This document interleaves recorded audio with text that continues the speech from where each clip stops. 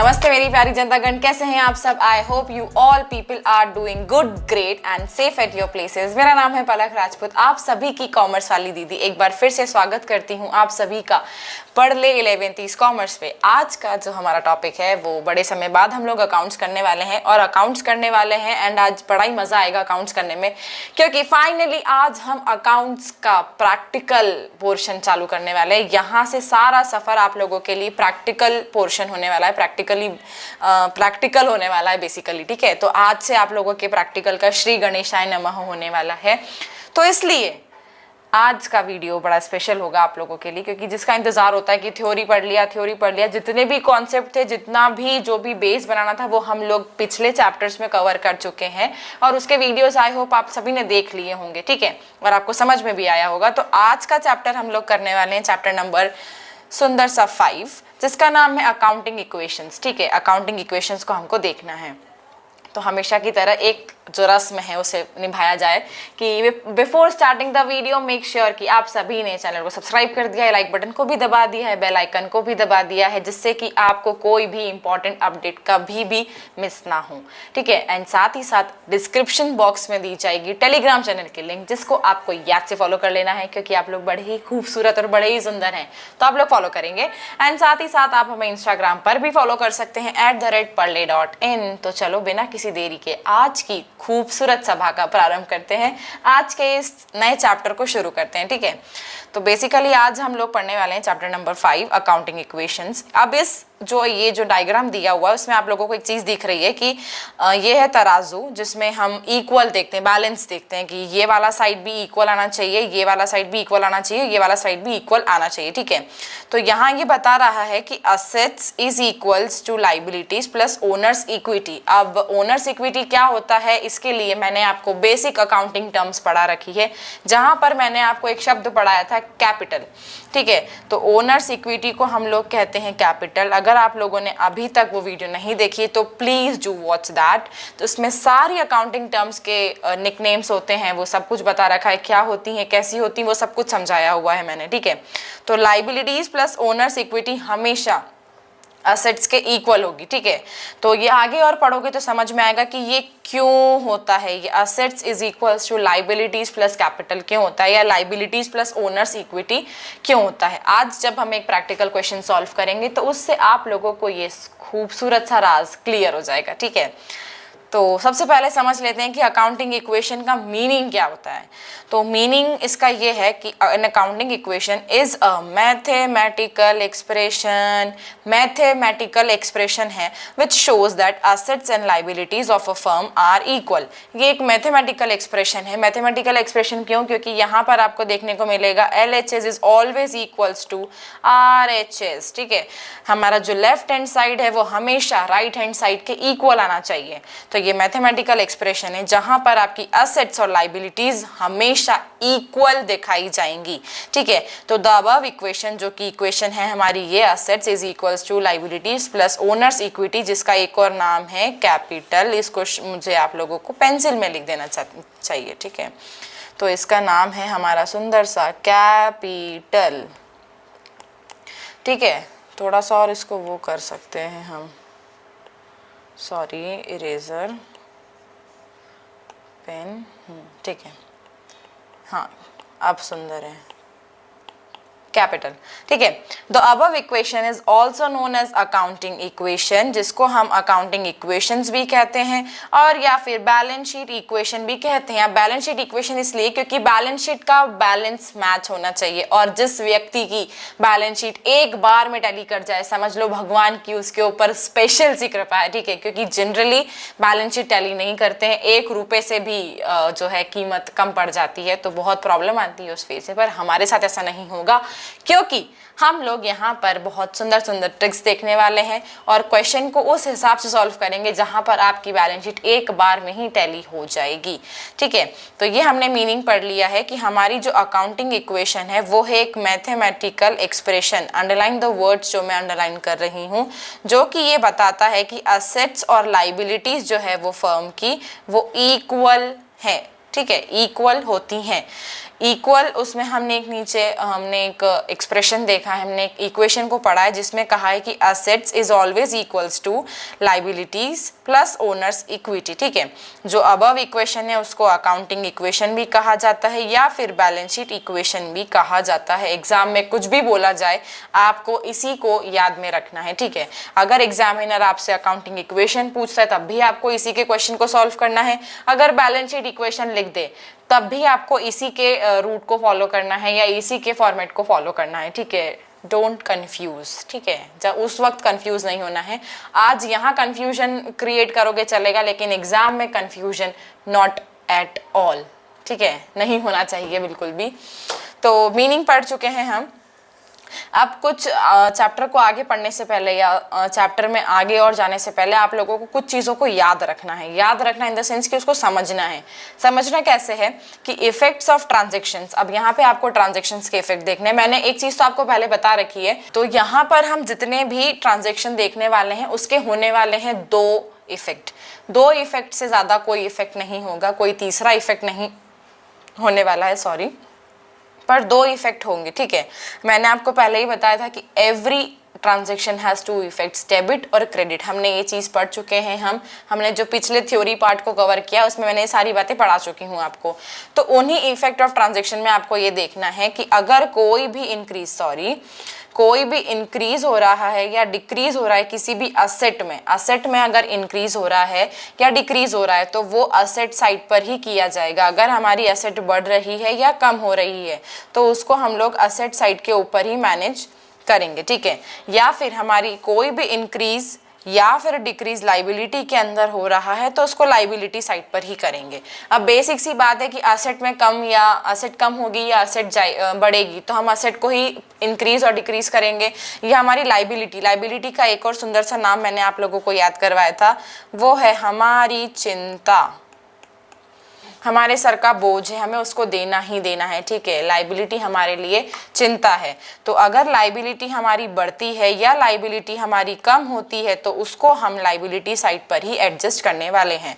या दूसरी मतलब ये वाला पार्ट थोड़ा सा इंपॉर्टेंट है इसलिए इसको इंपॉर्टेंट मार्क कर लो, और ये वाली चीज़ भी। ठीक है, कोई भी लॉस या फिर एक्सपेंस, मैंने यहाँ लिखा नहीं है तो इसको हम लोग लिख सकते हैं इधर से। ठीक है, आप लोग उस पर से लिख लेना।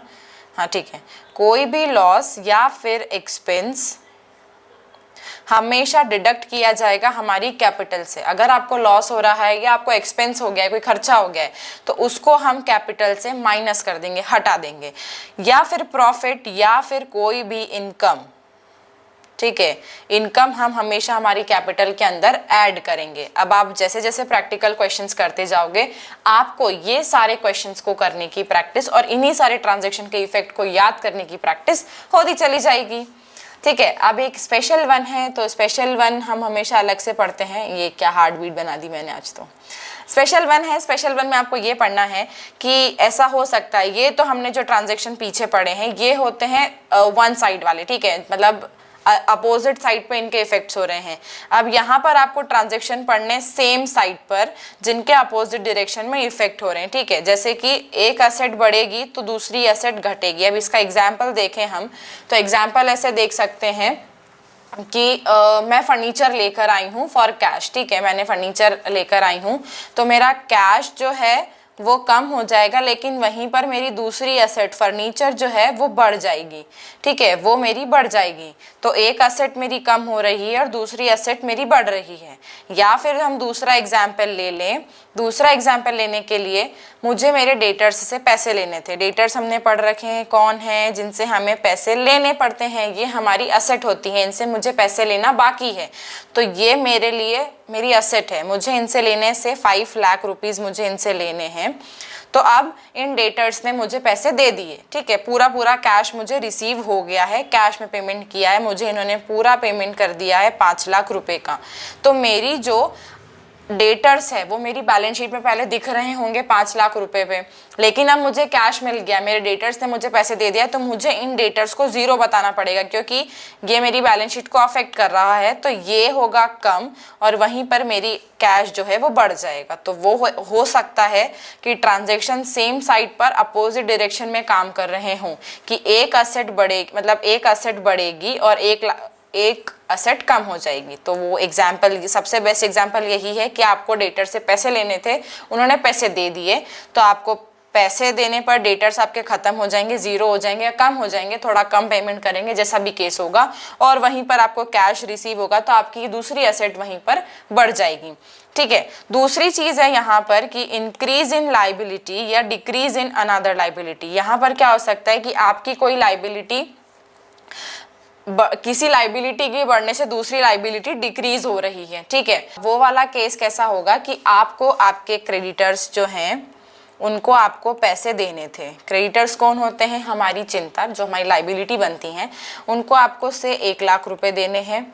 ठीक है, 1 लाख रुपए आपको देने हैं और आपने क्या करा कि उनको बिल्स ऑफ एक्सचेंज इशू कर दिया, बिल इशू कर दिया आपने उनको। बिल्स ऑफ एक्सचेंज आप पढ़ोगे क्या होता है, तो आपने एक बिल इशू कर दिया 1 लाख रुपए का। ठीक है, बिल्स ऑफ एक्सचेंज भी एक तरीके की आपकी जो मतलब बिल्स पेबल होता है ये, तो ये आपके लिए बन जाती है लाइबिलिटी। ठीक है, ये आपकी लाइबिलिटी बन जाती है। तो अब क्या हुआ कि आपने क्रेडिटर्स को 1 लाख रुपए देने थे, तो आपने उनको पेमेंट के तौर पे क्या कर दिया कि आपने एक बिल इशू कर दिया, तो आपके ये वाले क्रेडिटर्स तो कम हो गए, लेकिन ये वाला जो है बिल जो है, बिल्स पेबल जो है उसका पार्ट आपका बढ़ चुका है। ठीक है, अब आपको इसको पेमेंट करवाना रहेगा, तो ये वाली आपकी जो लाइबिलिटी है वो बढ़ गई है और ये वाली कम हो गई है। तो वही ये स्पेशल वन केसेस है जहां पर ये इफेक्ट नहीं दिखाए जाते। मतलब अगर ऐसा होता है कि असेट बढ़ रही है और असेट कम भी हो रही है, तो वो चीज फिर नहीं दिखती। किसी एक असेट के बढ़ने से दूसरी वहीं के वहीं असेट अगर कम हो रही है तो वो वाला इफेक्ट दिखता नहीं है। ठीक है, वैसे ही सेम है कि इंक्रीज इन लाइबिलिटी और वहीं के वहीं दूसरी लाइबिलिटी आपकी डिक्रीज हो रही है, तो हमने क्रेडिटर्स को कम कर दिया, खत्म कर दिया, और हमने उन्हीं को बिल्स ऑफ एक्सचेंज मतलब बिल्स पेबल इशू कर दिए, तो हमारी लाइबिलिटी साइड पर बिल्स बढ़े हुए दिखेंगे। ये पढ़ लिया हमने कि हमने इसके रूल्स को याद रख लिया कि इफेक्ट्स क्या क्या देने हैं हमको ट्रांजैक्शन में। कोई भी इंक्रीज डिक्रीज असेट साइड पर हमको असेट वाले पे करना है, कोई भी इंक्रीज डिक्रीज लाइबिलिटी वाले पार्ट पे हमको लाइबिलिटी साइड पर करना है।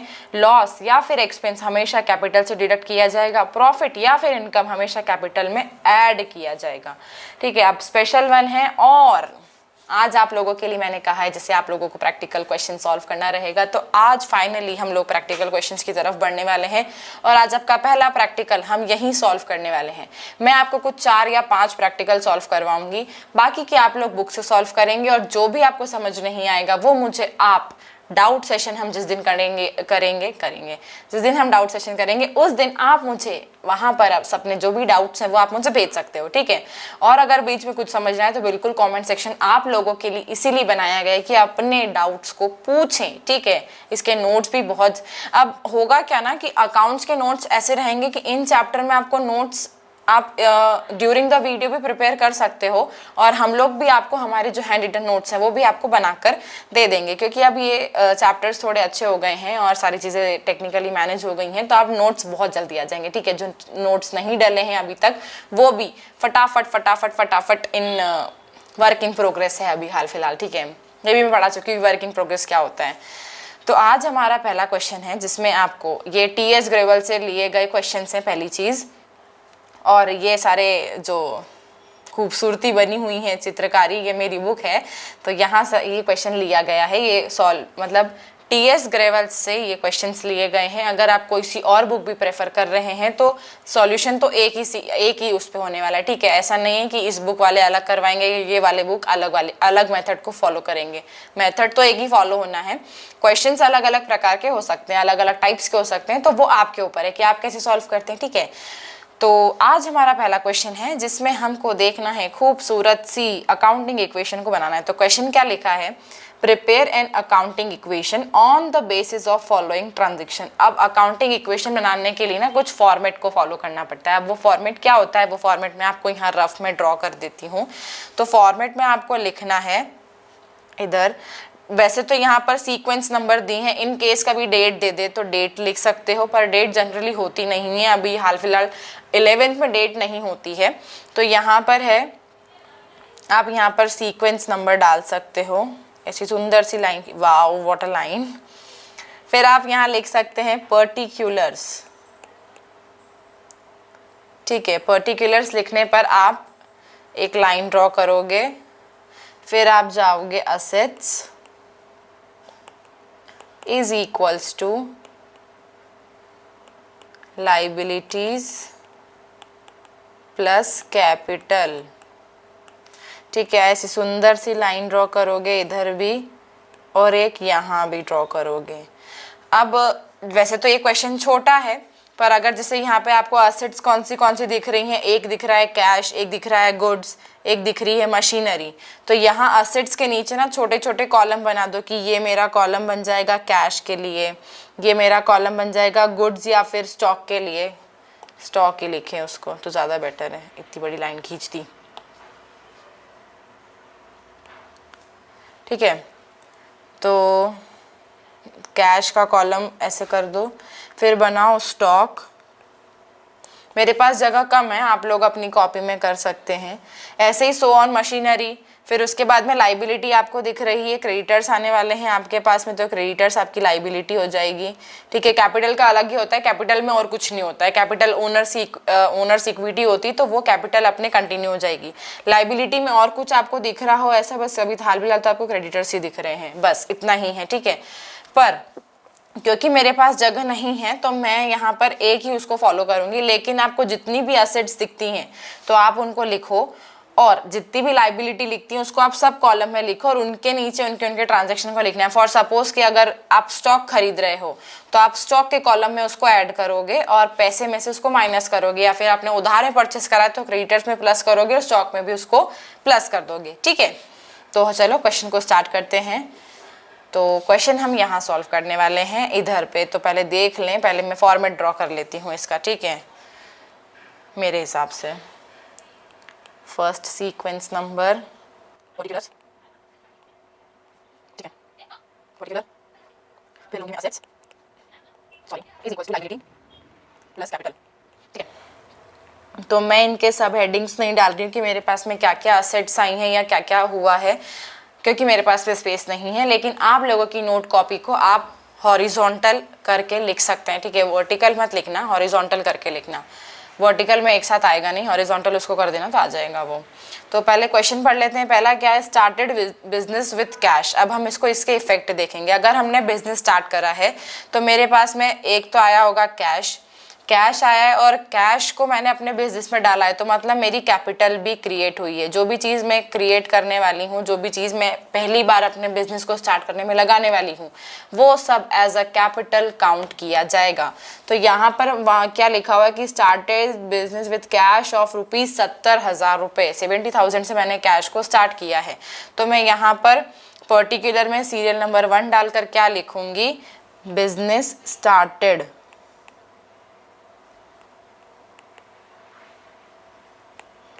With cash. ठीक है, तो कैश के अकाउंट कॉलम में मैं लिख दूंगी 70,000 रुपीज से मैंने एक बिजनेस स्टार्ट करा है। मैं इसको अलग कर देती हूँ अभी। ठीक है, आप लोग देख लेना। लाइबिलिटी तो कुछ है नहीं तो नील। कैपिटल मेरी जो है वो अभी चल रही है 70,000 रुपये की, मेरे पास में कैपिटल भी है। ठीक है, दूसरा क्या है, क्रेडिट परचेज ऑफ गुड्स ₹18,000। आपने कुछ स्टॉक खरीदा है 18,000 का, आपने कुछ गुड्स मंगवाए हैं, तो ठीक है, आपके पास में क्या आ जाएगा, आपके पास में आपके जो स्टॉक में आपके जो गुड्स हैं वो बढ़ जाएंगे और आपके क्रेडिटर्स इधर पे बढ़ जाएंगे, क्योंकि आपने उधारी माल परचेस करा है। तो एक इफेक्ट असेट साइड दिखेगा और एक इफेक्ट लाइबिलिटी साइड दिखेगा। ठीक है, तो देखते हैं। दूसरा है, यहाँ पर आप पर्टिकुलर्स अपने हिसाब से लिख सकते हो। ठीक है, कि स्टॉक परचेज, गुड्स परचेज, पर वहां पर गुड्स लिखा है तो गुड्स परचेज्ड फॉर नहीं, on goods purchased on credit. ठीक है, गुड्स आए होंगे, मैंने कुछ सामान खरीदा है तो गुड्स मेरे पास आए हैं तो उनको मैं प्लस कर दूंगी, कितने से, 18,000 से है। मैं एक ही कॉलम फॉलो कर रही हूँ, आप गुड्स वाले में लिख देना या स्टॉक वाले में, वो आ जाएगा 18,000। और अब मेरा क्रेडिटर हो जाएगा 18,000 रुपये पे, मेरी कैपिटल में कोई चेंजेस नहीं होंगे। ठीक है, तो मेरे पास में गुड्स आ गए हैं 18,000 रुपीज़ पे और मेरी क्रेडिटर्स भी बढ़ चुके हैं 18,000 के ऊपर। अब यहाँ पर मैं सुंदर सी लाइन खींच दूंगी, ये आपको हर इक्वेशन के बाद करना है। ठीक है, यहाँ पर आप लिखोगे न्यू इक्वेशन, हमेशा इसको प्लस कर दो, ये आ जाएगा 88,000 रुपीज़।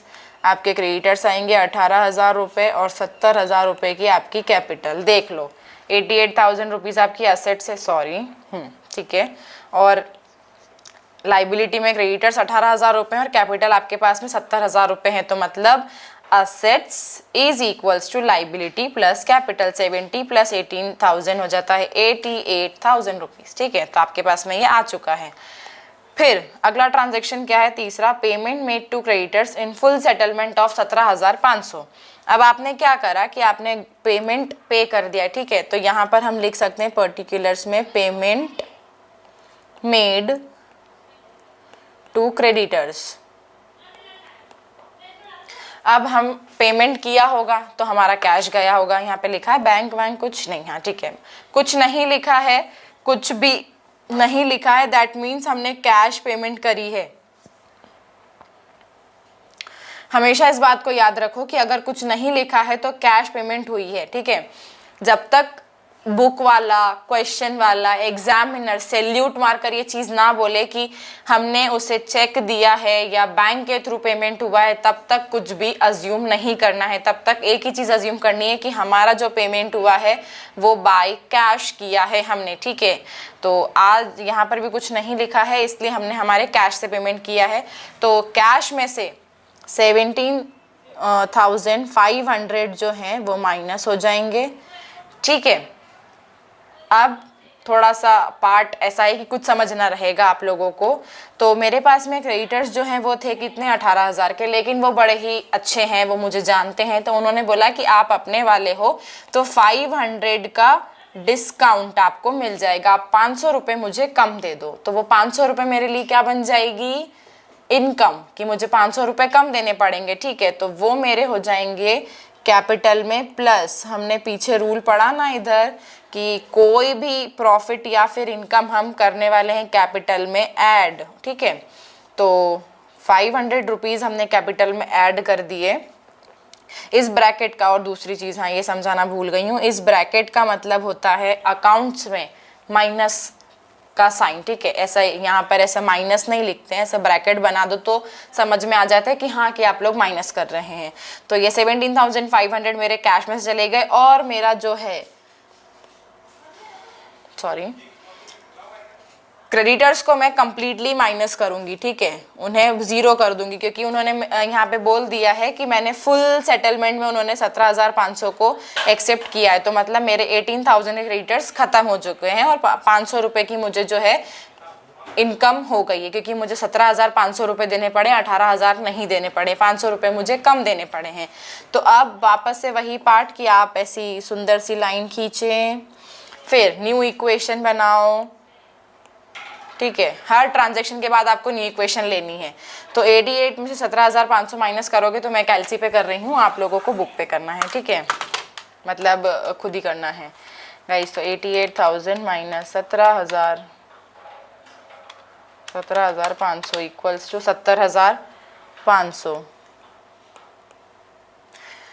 ये तो ज़ीरो आ जाएगा और यहाँ आ जाएगा 70,500। तो ये चीज़ आपको दिख रही है कि हमारी asset is equals to liability plus capital. हमारी लाइबिलिटी तो ज़ीरो हो गई लेकिन हमारी कैपिटल 70,500 चल रही है अभी भी।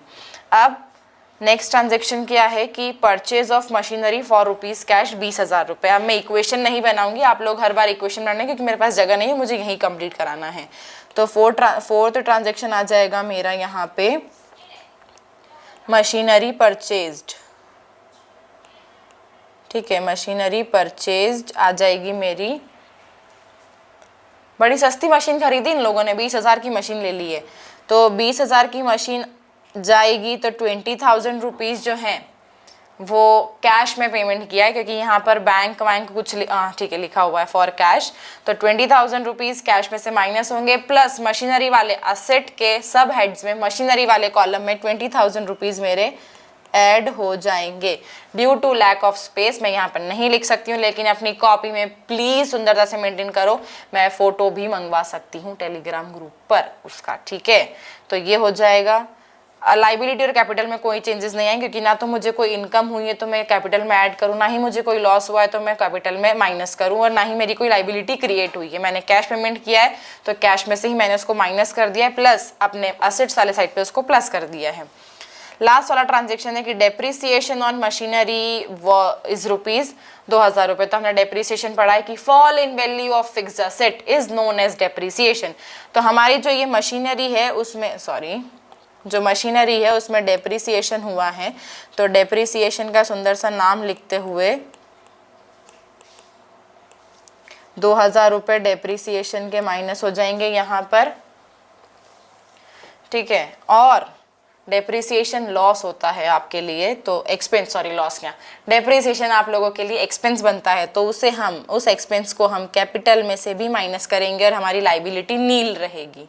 तो इनका फाइनल आंसर आप लेकर आएंगे तो ये बन जाएगी आपकी 68,500 रुपीज़। वाह क्या लिख रही हूँ मैं,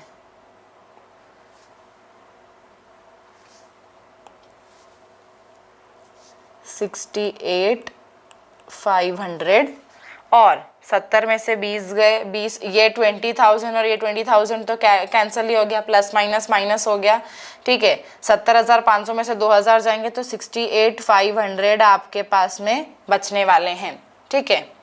तो इसका आंसर आप लोग चेक कर सकते हैं कि आपके पास में कैश जो है वो 32,500 बचेगा। अगर आप लोग सब कॉलम फॉलो करोगे तो वो यही आएगा। स्टॉक आपके पास में 18,000 बचेगा, मशीनरी 18,000 बचेगी, क्योंकि 20,000 की मशीन में से 2,000 का डेप्रिसिएशन माइनस हो जाएगा, और लाइबिलिटीज तो जीरो आ गई, कैपिटल हमारी 68,500 आ गई, जो कि आंसर हमारे मैच कर गए हैं। वूहू, हमारा पहला क्वेश्चन सुंदरता के साथ में हमने कंप्लीट कर दिया है, ठीक है।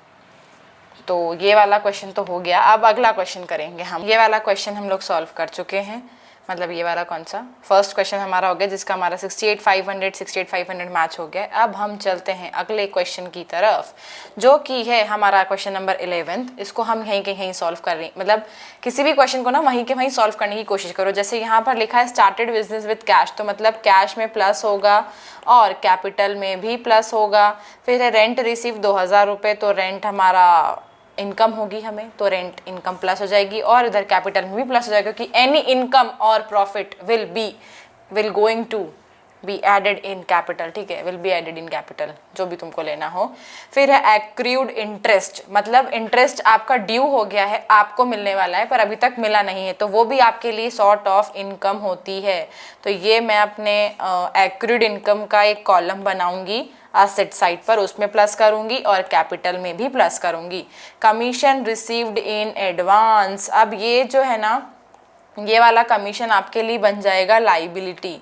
क्यों? क्योंकि जैसे मैंने आपको वो ट्यूशन फीस का एग्जाम्पल दिया था, जब मैं आपको बेसिक अकाउंटिंग टर्म्स पढ़ा रही थी, तो जो भी कोई भी अगर आप एडवांस में चीज़ मिल जाती, फॉर एग्जांपल कि आप किसी आपके ट्यूटर को साल भर की फीस अगर आप एडवांस पे दे देते हैं, तो आप उसके लिए चिंता बन जाते हैं गाइस, ठीक है। फिर वो ट्यूटर आपको साल भर नहीं छोड़ सकता है, क्योंकि आपने उसको एडवांस में फीस पे कर दी है। दैट मीन्स कि अब साल भर आप उसके लिए लाइबिलिटी हो, वो व्यक्ति आपकी तरफ लाइबल है कि वो अपनी सर्विसेज को देना ही पड़ेगा, वो चाहता हो नहीं चाहता हो, डजंट मैटर एट ऑल, पर उसको वो सर्विसेज देनी ही पड़ेंगी, ठीक है। तो वही है यहाँ पे। तो कमीशन रिसीव्ड इन एडवांस की आपको कमीशन मिल चुका है, आपने किसी कोई काम करा होगा, कुछ भी काम किया होगा, तो उसका कमीशन आपको एडवांस में मिल गया है, मतलब वो सर्विसेज आपको अब देनी ही पड़ेगी, किसी भी हालत में आपको देनी पड़ेगी। तो commission received in advance income है, तो वो प्लस हो जाएगा, और कैपिटल में भी वो हमारे लिए प्लस हो जाएगा, ठीक है। सॉरी, कुछ गलत बोल दिया मैंने, sorry. Commission received in advance liability slide पर प्लस होगा 1,000 रुपीज़ से, कमीशन रिसीव्ड इन एडवांस का कॉलम बनाकर, और 1000 का हमारी कैपिटल के अंदर में प्लस हो जाएगा। फिर है अमाउंट विड्रॉन। अब मैंने इस चीज़ को बताया था कि ये भी हमारे लिए ड्राइंग्स होती हैं। अमाउंट विड्रॉन कुछ भी लिखा नहीं है, पर्सनल यूज़ या अमाउंट विड्रॉन, ये हमारे लिए बन जाती हैं खूबसूरत सी ड्राइंग्स जो कि प्रोप्राइटर या फिर बिजनेसमैन या कोई भी पार्टनर व्यक्ति अपने लिए खुद के लिए लेता है। ठीक है, तो अब आपको इसके लिए अकाउंटिंग इक्वेशन बनानी है और इसकी बैलेंस शीट भी बनानी है गाइस। ठीक है, तो आज हम बैलेंस शीट भी बनाएंगे। तो इसके लिए मैंने क्वेश्चन कर रखा है आप लोगों का खूबसूरत सा। ओके, हाँ चलो लिखना शुरू करते हैं। तो वही हमेशा की तरह सीरियल नंबर, ठीक है, सीरियल नंबर, फिर पर्टिकुलर्स। आप लोग हेड्स बनाओगे, उसके अंदर भी जो भी आपको कॉलम लगता है कि कैश का आएगा, मशीनरी का आएगा, मोटरसाइकिल का आएगा, डेटर्स का आएगा, लाइबिलिटी में क्रेडिटर्स का आएगा, आउटस्टैंडिंग एक्सपेंसेस आएगा, कमीशन रिसीव्ड इन एडवांस आएगा, तो वो आप लोगों को बनाना है उसमें। ठीक है, पर्टिकुलर्स, ऐसी सुंदर सी लाइन खींच दो, बहुत ही बेकार लाइन खींची मैंने। फिर यहाँ आ जाएंगी आपकी assets is equals to liability plus capital. ठीक है, तो एक लाइन यहाँ भी आ जाएगी, यहाँ ऐसे ऐसे। ये वाला जो पार्ट है ना, यहाँ पर आप अपने सब हेड्स बना सकते हो। कैपिटल में तो कोई सब हेड आएगा नहीं, लेकिन लाइबिलिटी में अगर आपको लगता है, जैसे यहाँ पर आ जाएगा हमारे लिए कमीशन रिसीव्ड इन एडवांस, तो उसका सब हेड लिख के उसमें वो ट्रांजेक्शन को दिखाओ, तो वो खूबसूरत लगता है। ठीक है, वो थोड़ा सा ऑर्गेनाइज्ड दिखता है, पर क्योंकि मेरे पास जगह नहीं है तो मैं वो चीज़ नहीं कर सकती हूँ, लेकिन आपके पास स्पेस है इसलिए आप लोग वो चीज़ कर सकते हो। तो हमारा पहला ट्रांजैक्शन है, हर ट्रांजैक्शन एक ही, स्टार्टिंग ट्रांजैक्शन तो मुझे सबके लिए मालूम है कि एक ही होना है, वो है हमारा सुंदर सा बिजनेस स्टार्टेड। ठीक है, तो हमने बिजनेस स्टार्ट कर दिया है और वो हमने किया है शायद कैश से। ठीक है, हाँ 60,000 के कैश से हमारा बिजनेस स्टार्ट हुआ है, तो 60,000 रुपीज़ यहाँ ऐड हो जाएंगे और 60,000 रुपीज़ यहाँ भी ऐड हो जाएंगे, और हमारी लाइबिलिटी अभी नील ही चल रही है। दूसरा ट्रांजैक्शन है रेंट रिसीव्ड 2,000 रुपीज़, तो दूसरी हमारी बन जाएगी रेंट रिसीव्ड, क्योंकि ये हमारी इनकम है तो ये रेंट रिसीव्ड हमारे कैश में प्लस हो जाएगा, और कैपिटल में भी हमारा 2000 प्लस हो जाएगा। फिर आप सुंदर सी लाइन खींचोगे जिसको नीचे लिखोगे न्यू इक्वेशन गाइस, तो ये बन जाएगा 62,000, लाइबिलिटी 0 मतलब नील, और ये हो जाएगा 62,000। फिर तीसरा ट्रांजैक्शन है आप लोगों के लिए एक्रूड इंटरेस्ट। इंटरेस्ट अर्न तो हो, मतलब इंटरेस्ट ड्यू तो हो गया लेकिन मिला नहीं है अभी तक, तो एक्रूड इंटरेस्ट का कॉलम बनाओगे आप लोग।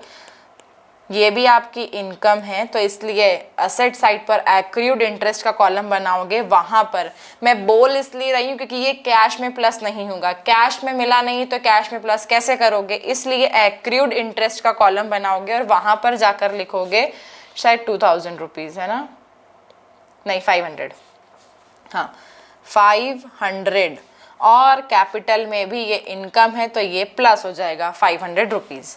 फिर सुंदर सी लाइन ड्रॉ करेंगे रेखा दीदी को, और फिर न्यू इक्वेशन लिखेंगे हम। न्यू इक्वेशन में हम डाल देंगे, ये आ जाएगा 62,500, और यहाँ पर आ जाएगा 62,500। ये जो लाइन क्लोज कर देते हैं ना, इसका मतलब होता है कि बस इसके बाद में अकाउंट क्लोज हो गया है, तो इस ऊपर वाले को नहीं लेना है, इसके नीचे वालों को लेते चलना है। मालूम चले 62 भी ले लिया, 2,000 भी ले लिया, 60,000 भी ले लिया, ये ऐसा वाला 60,000 है। ठीक है, वो मुझे 1 दिख रहा था। ठीक है, तो ये लाइन क्लोज करने का मतलब हो जाता है कि अकाउंट क्लोज हो गया, तब उसके नीचे की सारी चीज़ों को लेना है, उसके ऊपर नहीं जाना है आपने।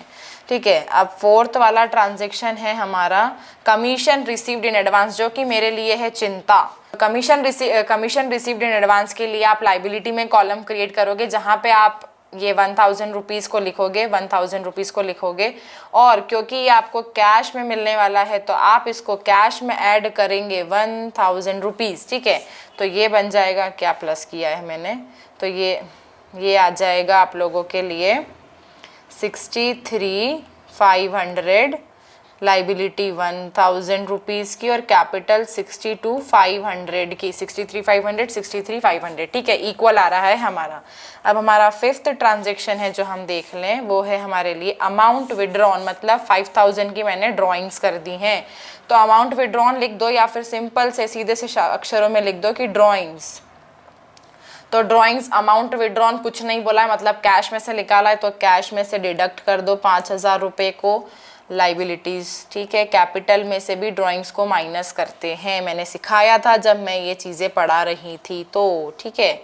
अब ये चले जाएंगे 63,500 में से, तो अपने पास में बचेगा 63,500 में से हमारा 5,000 चले जाएगा, तो बचेगा 58,500 रुपीज़, 1,000 एज इट इज़, और 62,500 में से जाएगा तो बचेगा 57,500, ठीक है। और भी टेक्निक है कि अगर यहाँ 58 और यहाँ 1,000 ऑलरेडी आ गया तो यहाँ पे 57,500 ही आना है, तो और कर भी सकते हो, मैं तो ऐसे ही करती हूँ, ठीक है। तो ये वाला जो है आप लोगों का पार्ट हो चुका है, क्वेश्चन सॉल्व हो गया है। यहाँ पर भी 58,500 आ गया है और यहाँ भी 58,500 आ गया है। सुंदर से हमारे, बहुत सुंदर सुंदर टिक, वाह, तालियां तालियां, क्लैप करो अपने आप के लिए, ठीक है। आई होप आप लोगों को क्वेश्चन करने में मज़ा आ रहा होगा। आपके पास में बुक है तो बुक से सॉल्व करो, बुक नहीं है तो पीडीएफ को लियो और पीडीएफ सॉल्व करना शुरू कर दो, ठीक है। प्रैक्टिस बहुत लगेगी क्योंकि क्वेश्चन ना अभी तो सिंपल है, अभी तो 4-4 लाइन के आ रहे हैं, लेकिन आगे एग्जाम में ना बहुत बड़े बड़े आते हैं, ईजी आते हैं लेकिन बड़े आते हैं, तो उससे क्या होता है ना कि टाइम मैनेजमेंट की प्रॉब्लम आ जाती है।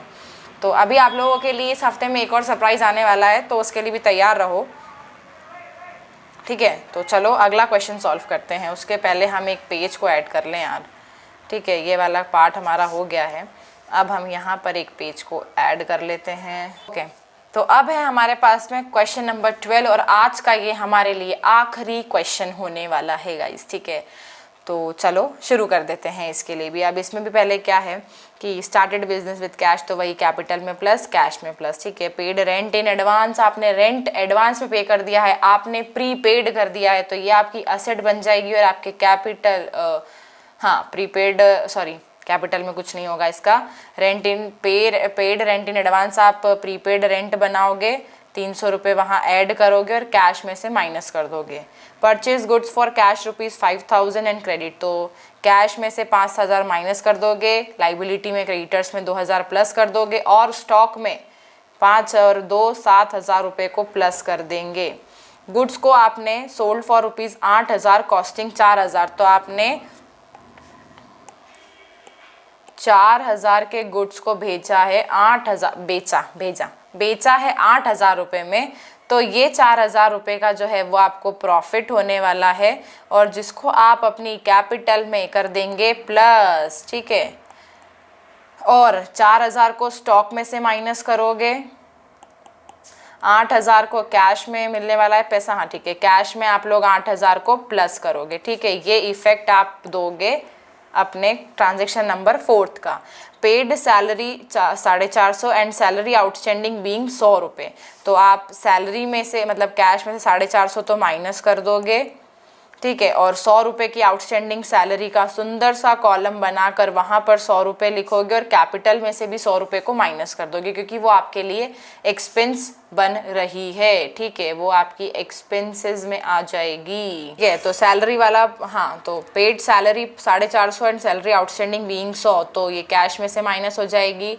सैलरी आउटस्टैंडिंग 100 रुपये अपने यहाँ लाइबिलिटी में क्रिएट हो जाएंगे और कैपिटल में से माइनस हो जाएंगे और 450 भी कैपिटल में से माइनस हो जाएंगे क्योंकि ये आपके लिए बन जाएगा एक्सपेंस, ठीक है।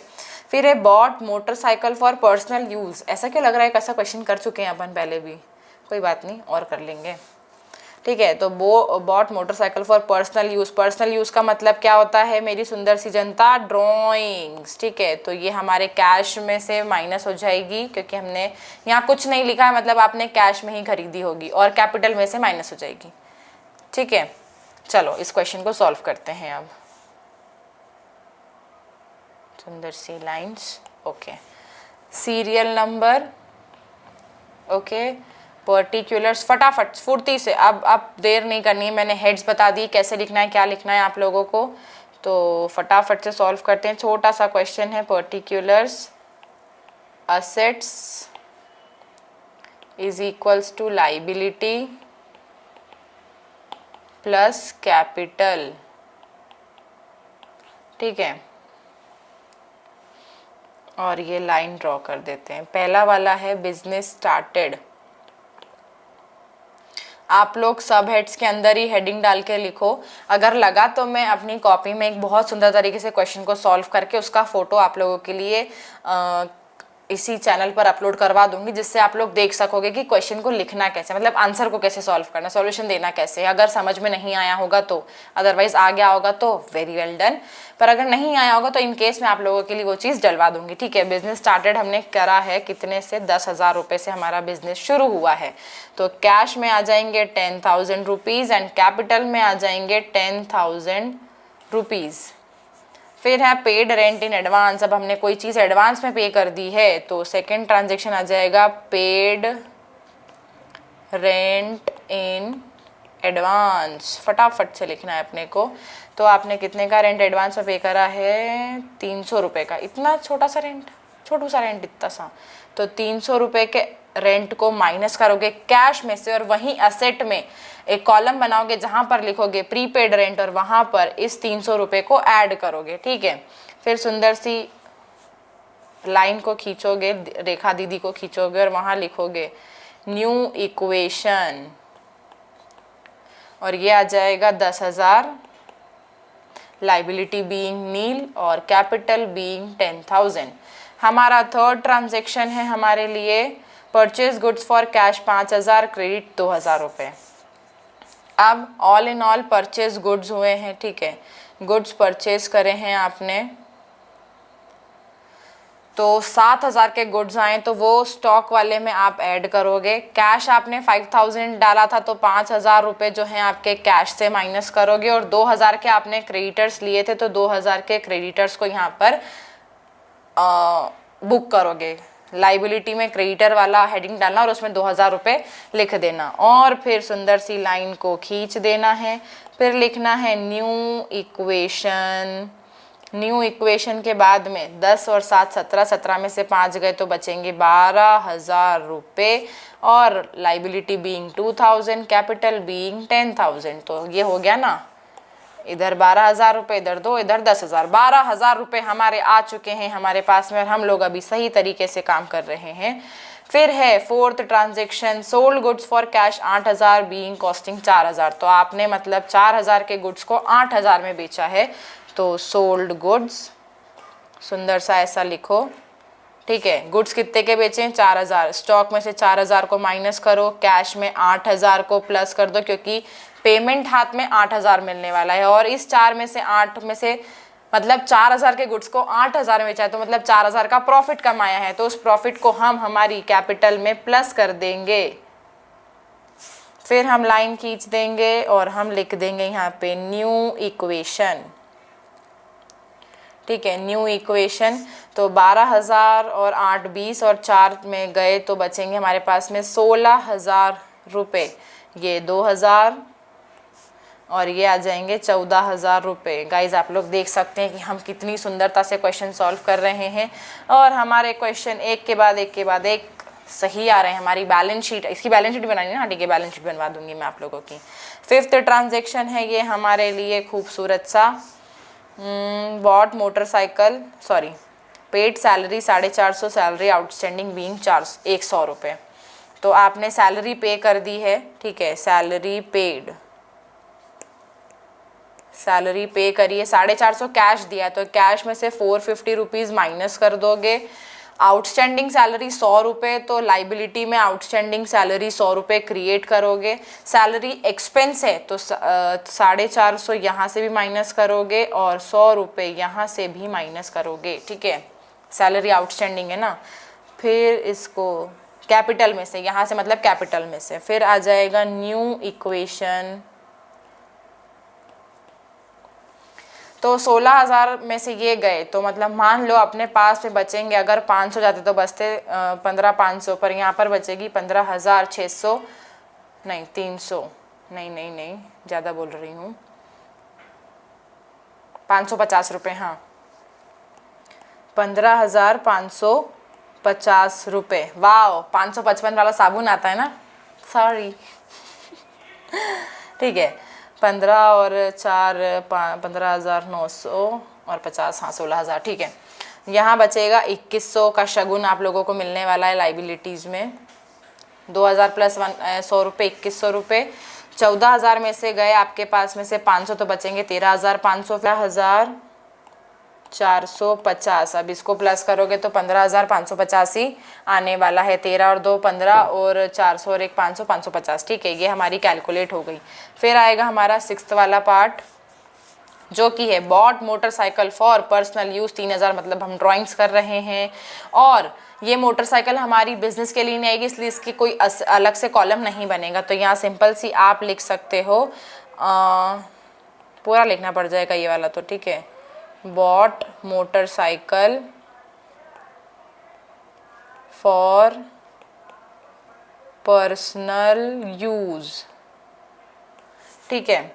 उसको माइनस कर दोगे आप लोग 3,000 के, यहाँ 3,000 का है वो आप माइनस कर दोगे इसको कैश में से, क्योंकि 3,000 की मोटरसाइकिल कैश में से ही लोगे ना, और कैपिटल में से भी इसको माइनस करोगे 3,000 रुपये को। फिर सुंदर सी लाइन खींच दोगे तो यहाँ बचेंगे 12,550 रुपये। 2100 का शगुन अभी भी बरकरार है, और 13,000 में से बचेंगे 10,450 रुपये गाइज, और हम जीत गए हैं। सुंदर सा हमारा इक्वल आंसर आ गया है। वाह, क्लैप्स, तालियां।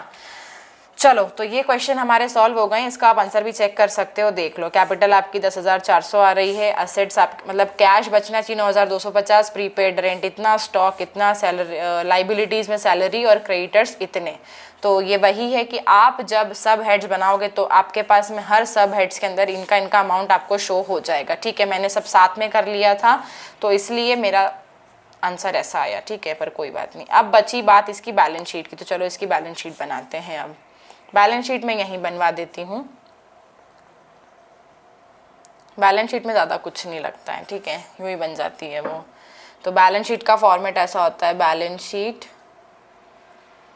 ऐसे लिख दो, एज ऑन, यहाँ डेट आती पर डेट मेंशन नहीं तो ऐसे डैश डैश डैश, फिर लिखो लाइबिलिटीज़। अभी आप लोगों को बैलेंस शीट है नहीं, बस यहाँ बोल दिया उन्होंने, तो बना देते हैं उनके सेटिस्फेक्शन के लिए। इसकी बैलेंस शीट बनानी थी ना, नहीं बनानी है, अरे वहाँ बनानी नहीं है, फालतू में। तो आज की सभा यहीं हो गई है। हमने आज चैप्टर 5 कंप्लीट कर दिया है। 1 शॉर्ट वीडियो है हमारी ये, ठीक है। चैप्टर 5 कंप्लीट हो गया है हमारा अकाउंटिंग इक्वेशंस के साथ में, जहां हमने पढ़ा कि अकाउंटिंग इक्वेशन में होता है assets is equals to liabilities, और asset is equals to liabilities क्यों होता है उसके हमने क्वेश्चन भी सॉल्व कर लिए हैं। हमने उसके रूल्स को देख लिया कि कोई भी इनकी इंक्रीज और डिक्रीज इन असेट वो असेट साइड पर होगा, कोई भी increase in decrease in liability वो लाइबिलिटी साइड पे होगा। एनी एक्सपेंस और लॉस जो है वो हमारी कैपिटल से माइनस किया जाएगा, एनी इनकम और हमारा जो प्रॉफिट है वो हमारी कैपिटल में ऐड किया जाएगा, ठीक है। तो ये हम लोगों ने पूरा समअप कर दिया है चैप्टर का। आने वाला चैप्टर और भी खूबसूरत होने वाला है, क्योंकि वहां पर आपको पढ़ने को मिलेंगे गोल्डन रूल्स फॉर अकाउंटिंग, ठीक है। तो वो सारी चीज़ों को पढ़ने के लिए और ऐसे ही एक सरप्राइज को आप लोगों के लिए लाया जाएगा इस हफ्ते के अंत में, तो उसके लिए बने रहना पड़ेगा आपको। पढ़ ले 11 30 कॉमर्स के साथ में। अब बात रही मेरे वाले पार्ट की, ठीक है। तो मेरा वाला पार्ट ये है कि आज का खूबसूरत सा सुविचार आप लोगों के लिए ये है कि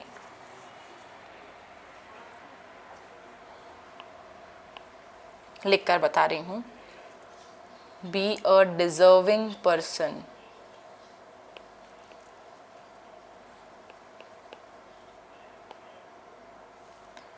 नॉट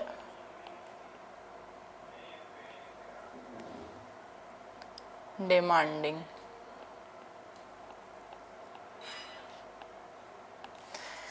ठीक है। तो आज का सुविचार आप लोगों के लिए यही है कि be a deserving person, not a demanding, be a deserving one, not a demanding.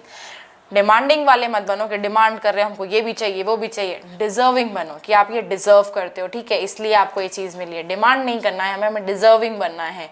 तो डिजर्विंग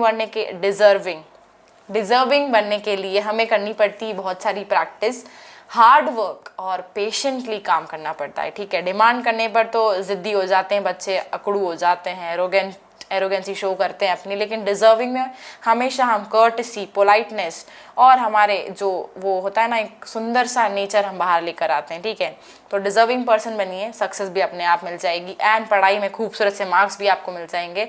तो आज की सभा का समापन यही किया जाएगा। This is all for the day. I hope you all people enjoyed the video. कुछ भी समझ नहीं आया हो, कुछ भी समझ नहीं आया हो तो please do let me know in the comment section. Do let me know in the comment section कि आपको क्या पार्ट समझ में नहीं आया, क्या क्वेश्चन समझ नहीं आया।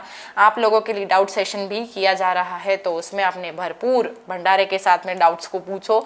मैं जितने हो सकते हैं उतने डाउट्स को आंसर करूंगी एज मच पॉसिबल, ठीक है। जहाँ तक हो सकता है जितने डाउट्स होंगे उनको हम पॉसिबल, हमारा एफर्ट यही है, हमारी कोशिश यही है कि आपके सारे डाउट्स को सॉल्व किया जाए। तो बस आज की सभा का समापन नहीं किया जाएगा। तब तक के लिए अपना ध्यान रहो, घर पर रहो, सुरक्षित रहो। जय हिंद, वंदे मातरम, बाय।